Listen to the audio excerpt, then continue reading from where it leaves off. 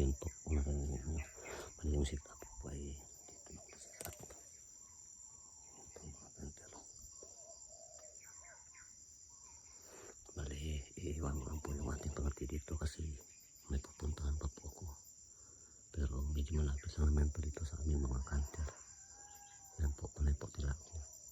Parang bata pa po. Kaya susubukan lang natin kung mapalapit natin siya.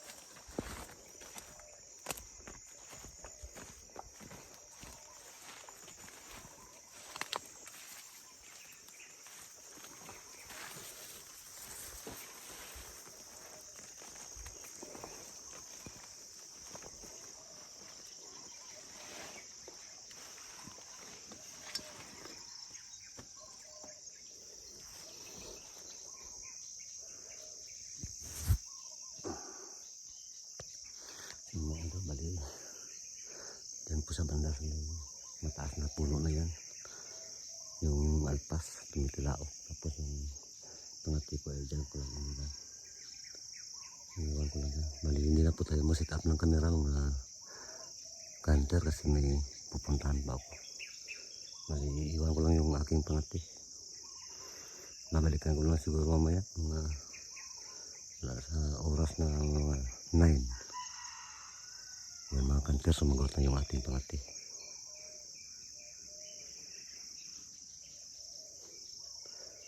Sumagot na po yung ating pangati mga kanter. So, hintayin natin kunti, baka lumapit agad.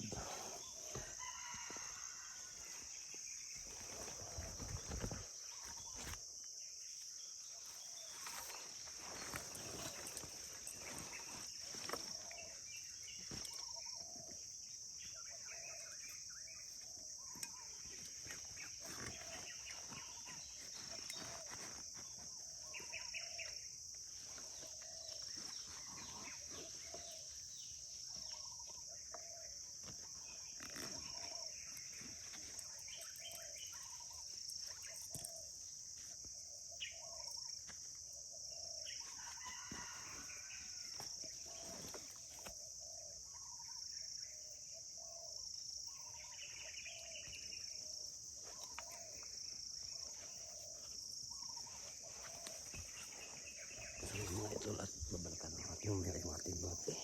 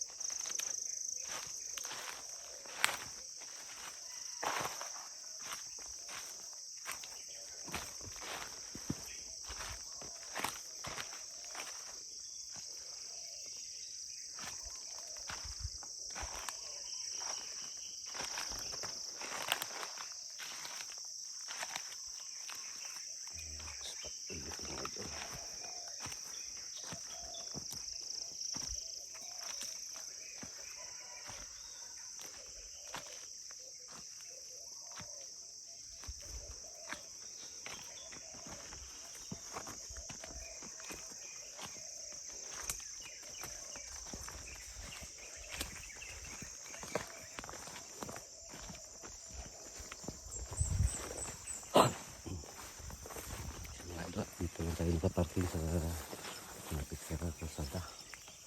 Ito po yung ating sasakyan. Nakita niyo po mga idol yung sa baba.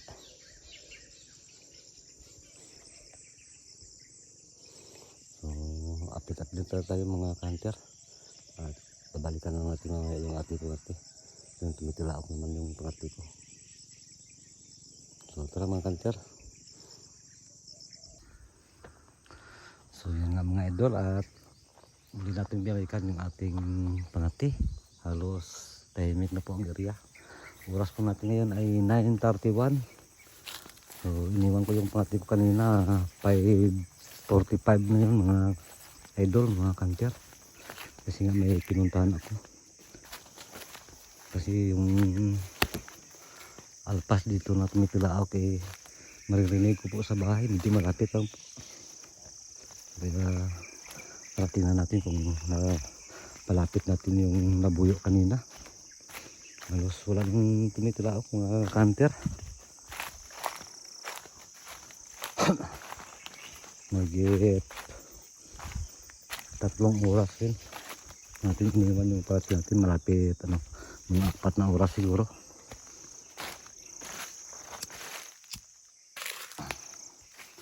Hindi na po tumitilaok. Sana inahuli natin yun para may dagdag naman tayo sa ating alaga.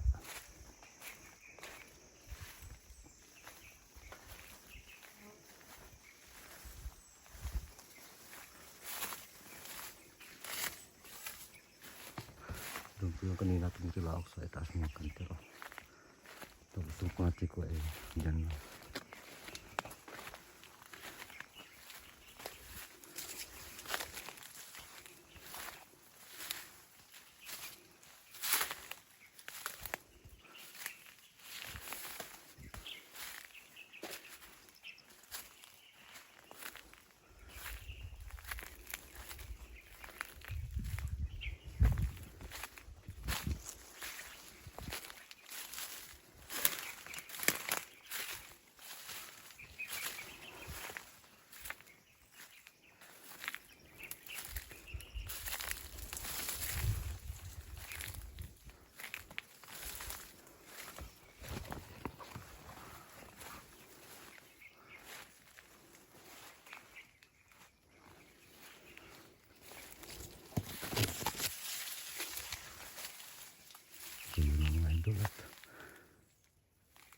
Ay, huli na mga idol. Ito, sos, patay na. Kaya pala napulupot yung ating patay na mga idol. Ganito talaga ang mangyayari mga kanter kapag iniiwan natin yung ating pangati. Mga idol, patay na. Sayang. Ay. Itong bata pa yung tayo dyan mga kanter. Kala ko hindi lumapit, kaya pala na yung aking CI. Iniwan ko kasi yan dito mga idol nung kanina. Mga 45 na. Sabi ko baka ayaw lumapit kasi parang bata pa yung boses. May pupuntahan ako. Ngayon oras po natin ay 9:31. So yun na, ito na yung nalatna natin mga kanter. Patay na siya.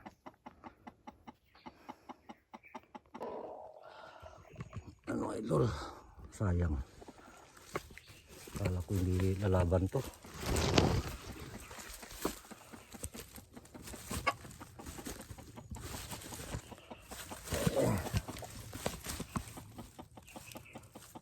Ulamin na lang natin ito mga kanter. Tignan natin kung saan saan silo.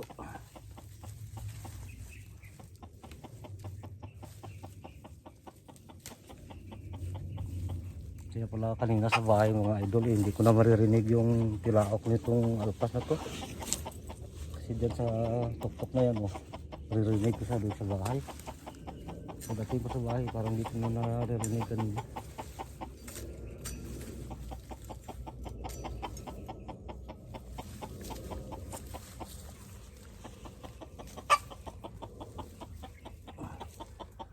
Walang silo sa paa mga idol. Naliig siguro to.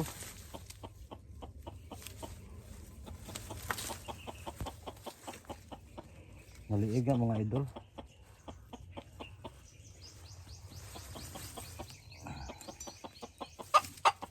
Kukuk. Mga idol, liig. Liig po siya. Kaya namatay. Hindi sa paa, hindi sa paa na silo. Sa liig po mga idol. Sayang. Puro pa naman sana ito mga idol. Puro sana. Kaso naliig lang. Medyo mainit pa naman siya. Siguro bago lang ito mga idol. Maganda sana ng labuyo ito. Itong bata pa. Ito pa lang yung tahid niya mga idol.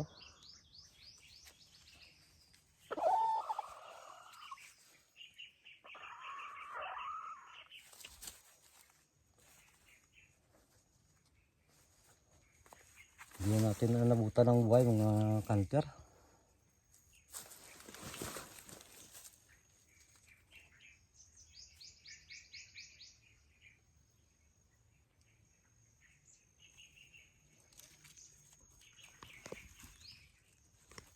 So yung mga kanter, at ito yung nadatna natin sa ating pangati. Bali patay na ho. Sayang. Kung wala sana akong pinuntahan kanina mga kanter, makukuha natin tong buhay to. Kaso may pinuntahan pa kasi ako. Bumaba pa kasi ako ng bayan mga kanter. At may binili. Sinubukan ko lang tulusan to. Kala ko hindi lalaban. Ito sana kung mga paalang siya nahuli mga kanter at hindi sana mamamatay to. So papasensyahan nyo lang itong ating ginagawa mga kanter at nakadisgrasya na naman tayo ng isang labuyo. So hanggang dito ng ating video.